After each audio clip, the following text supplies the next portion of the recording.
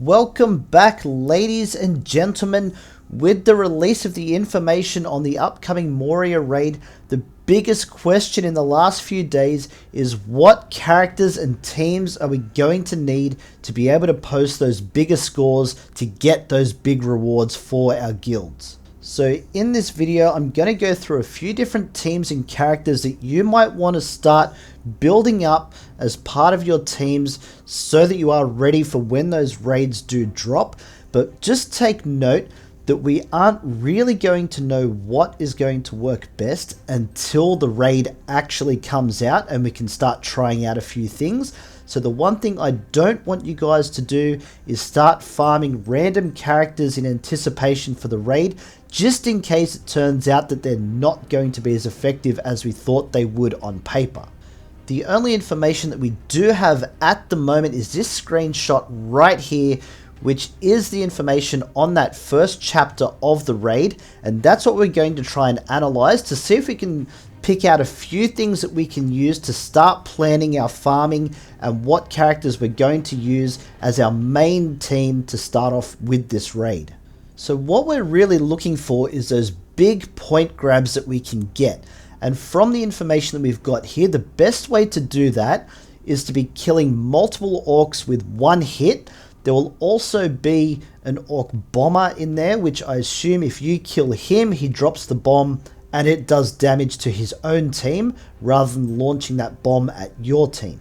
So killing him seems to be the best way to get the big points for this particular phase of the raid. So what we're really looking for is a team that has some great AoE damage that can kill a lot of orcs at once, and also characters that are going to be able to do that single big hit that can possibly take down the bomber in one go for another big points grab. Now, given the limited resources that we have in the game, especially if you are a free-to-play player, what I would advise is to pick one team, and that is who you're going to build up, that you can really get that foundation happening. Then you can use the rewards you get from the raid to start working on some other teams. And as we get some more ideas, you might have a clear focus on which of those teams that you might want to build to be your main team for the raid. Now, the first team that does come to mind is going to be that Rivendell team. Now, obviously, that is not going to be a free-to-play team. If you do have those characters, build that team up because they will be very good in this raid, not just because of their damage output, but the fact that they can survive quite a long time in a battle. The longer you can survive in this raid, the more enemies you're going to be able to kill, the higher the score that you're going to be able to post, and you're probably going to be able to attack those higher levels to get those bonus points on top of that. If you are free to play, some of those characters that we did get in the marquee events, the foundations of that Rivendell team, you could convert that into a Rangers team. If you do have Halbarad unlocked, he is a very good character.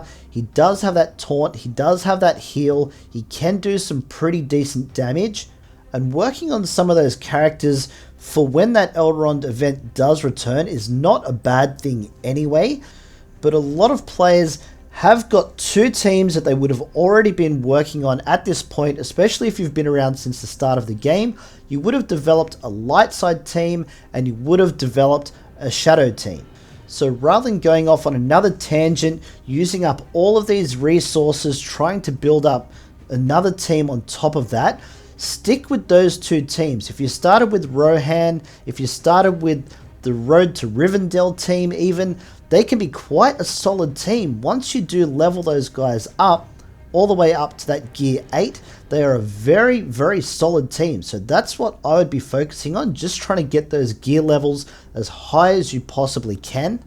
But the real gems that I would be looking at as far as farming a team are concerned, as someone like Isengard, I know a lot of players have farmed Ugluk that have been using him in the arena and as well as in those chapter levels because he does provide that passive healing to the rest of the team.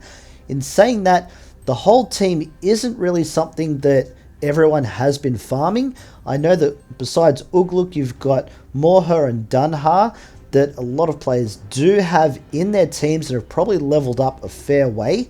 If you do have those guys already, make sure that you keep leveling them up, right? You really want that gear level as high as you possibly can to make sure you get the most out of the healing, as well as just surviving those bigger hits that you're going to cop throughout the battle.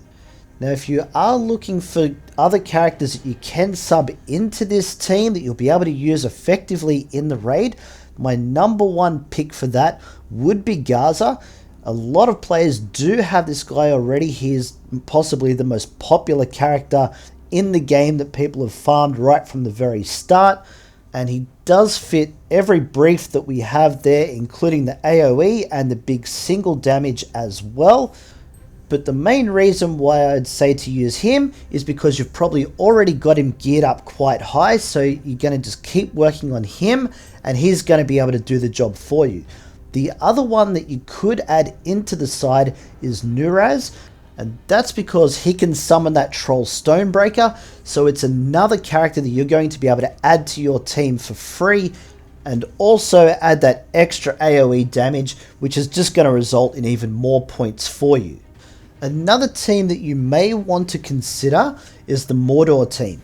Now, if you have already been investing in this team, you do know that they have the capability to do a lot of damage. There's a couple of heavy hitters in there with Rockma and of course Gaza, but then you've also got that single damage that you get from Grimlurs and Shagrat.